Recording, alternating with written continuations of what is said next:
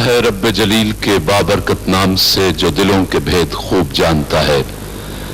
دیکھتی آنکھوں سنتے کانوں آپ کو فرزانہ تالپور اور طارق عزیز کا سلام پہنچے۔ میں پروفیسر نوید مجید آپ سب کو سلام عرض کرتا ہوں۔ دیکھتی آنکھوں اور سنتے کانوں کو طارق عزیز کا خدا حافظ اور پاکستان زندہ باد۔ طارق عزیز صاحب نے اپنے بارے میں کیا خوب کہا کہ میری زندگی میں اتنی کہانیاں ہیں کہ میں خود ایک کہانی بن گیا ہوں۔ طارق عزیز صاحب ایک مشہور ٹی وی کمپیئر، اداکار، پنجابی شاعر، سیاستدان اور مینٹور تھے۔ طارق عزیز صاحب ایک ٹیچر بننا چاہتے تھے، لیکن انگلش میں کمزوری کی وجہ سے وہ اپنا خواب پورا نہ کر سکے۔ طارق عزیز صاحب نے اپنی تقریروں میں تعلیم کی اہمیت پر بہت زور دیا۔ طارق عزیز صاحب کی ترقی اور کامیابی کا راز ان کی کتاب اور علم دوستی ہے۔ طارق عزیز صاحب سن 1936 میں متحدہ ہندوستان کے شہر جلندھر میں پیدا ہوئے۔ آپ نے اپنی ابتدائی تعلیم جلندھر سے ہی حاصل کی اور سن 1947 میں آپ نے اپنے خاندان کے ہمراہ جلندھر سے منٹگمری، جو آج کل ساہیوال کہلاتا ہے، ہجرت کی۔ آپ نے گورنمنٹ کالج ساہیوال سے BA کی ڈگری حاصل کی۔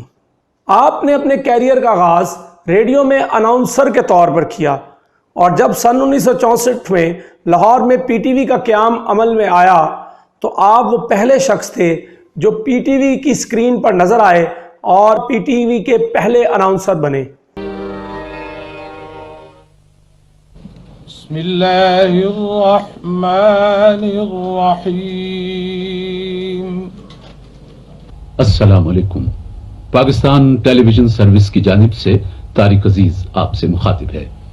طارق عزیز صاحب نے شادی پہاڑی علاقوں میں کی۔ ان کی برات کا ایک بہت دلچسپ واقعہ مشہور ہے کہ جب وہ برات کے ہمراہ پہاڑی علاقوں میں تشریف لے گئے تو کچھ پٹھانوں نے اور پہاڑی لوگوں نے ان کو پہچان لیا اور خوشی کے اظہار کے طور پر ہوائی فائرنگ شروع کر دی، جس سے طارق عزیز صاحب بہت خوفزدہ ہو گئے اور انہوں نے بھاگ کر لوگوں کے پیچھے جا کر پناہ لی۔ طارق عزیز کی وجہ شہرت کوئز شو نیلام گھر بنی،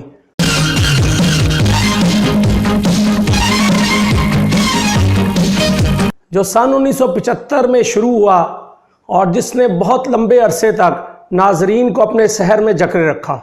مجھے اچھی طرح یاد ہے کہ 80 کی دہائی میں مجھے جمعرات رات 8 بجے کا انتظار ہوا کرتا تھا جب PTV پر نیلام گھر نشر ہوتا تھا۔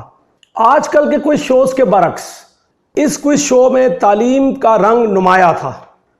طارق عزیز صاحب وہ پہلے آدمی تھے جنہوں نے جیو ٹیلی ویژن کے کوئز شو انعام گھر کے تمام سوالات کے جواب دیے اور اس طرح انہوں نے بہت سارے انعامات جیتے۔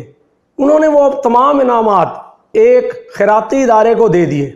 سن 1992 میں حکومت پاکستان کی طرف سے طارق عزیز صاحب کو صدارتی تمغہ بائے حسن کارکردگی بھی ملا۔ طارق عزیز صاحب نے اداکاری بھی کی اور سیاست میں بھی حصہ لیا۔ مختلف ادوار میں آپ نے پیپلز پارٹی میں بھی شمولیت اختیار کی، مسلم لیگ نواز میں بھی شمولیت اختیار کی اور پرویز مشرف کی مسلم لیگ قائد اعظم میں بھی شمولیت اختیار کی۔